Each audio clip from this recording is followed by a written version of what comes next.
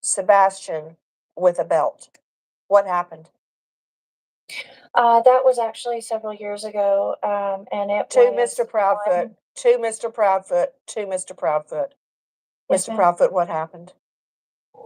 Oh, I'm sorry. I misunderstood how you were asking me, Katie. Sebastian had gotten in trouble. He got caught lying. And I had asked him, I said, hey, you got to have a punishment for this. He says, yes, sir. And I said, okay. So I gave him a swat with a belt on his buttocks on the outside of his clothes, one swat. Well, I'm not believing What did he it. lie about? I'm not believing it. Honestly, I don't remember at the time, but it was probably something dealing with school because that's majority where his issues lie.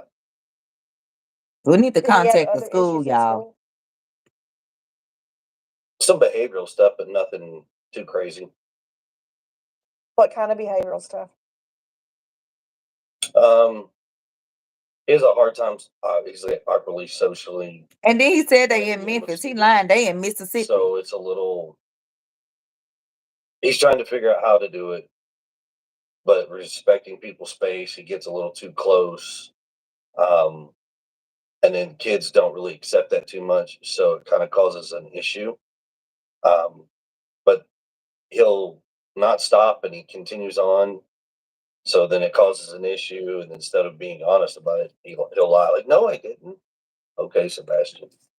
Well, that's what kids do. And why the mama just sitting there looking dumb? Was that the first time you had ever hit him with a belt? Yes, ma'am. The one and only time, actually. When was this? Years ago, ma'am. Any idea how many? Where's a 3-hour Proudfoot interview? One. It probably at least 3 years ago. I don't. So Chris said he hit him with a belt because he didn't put on a belt. CPS or Child Protective Is that what you're saying, Elle? How were they alerted that you hit him with a belt? That did not turn into a CPS report. I don't even hit my own children with a belt, and they're not even autistic. There were other CPS reports, right? Were they regarding your other child? There is one in regards to my daughter that I know of out in New Mexico with my ex-wife and myself. This is the Nancy Grace interview for the people that's just now coming in with the Proudfoots. At the time, my ex-wife had fled to New Mexico with my daughter. We're going through a custody and a divorce case at that time. And at the time, when I'd call and try to check in on my daughter, I could never reach my ex-wife at that time. Click what link? So Proud check was requested. Law enforcement told me to call CPS if I had concerns. So I called CPS. Law enforcement did make a welfare call, and that was it. Then how does that turn into a CPS complaint against you?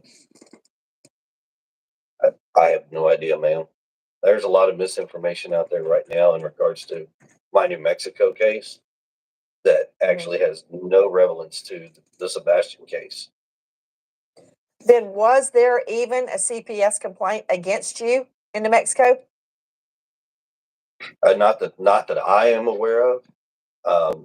And my attorney and myself. My children wear school uniforms and they do not wear belts. And there's nothing that we know of. I mean, which they can wear belts, but I'm saying they don't. It's not a requirement. Like, I'm not, go get your belt. Wear your belt. Like, not a TRO. Tuck your shirt in, put your pants on. A temporary protective order. Why was that taken out? So in regards to that case, my ex-wife had a TPO put against her in Tennessee at the time. When we went to court, that got dissolved. I was ordered to hand my daughter back over to my ex-wife at the time. She gets in a truck. She fleds to New Mexico. 2 days later, she files one in retaliation. We not believing nothing you say. Is it still in place?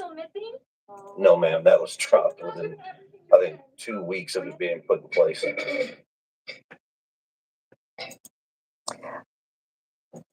I've got a question about the belt incident. You're telling me that was the only time that you ever hit Sebastian with a belt? Yes, ma'am. I wish they had the polygraph right there to see that was a lie.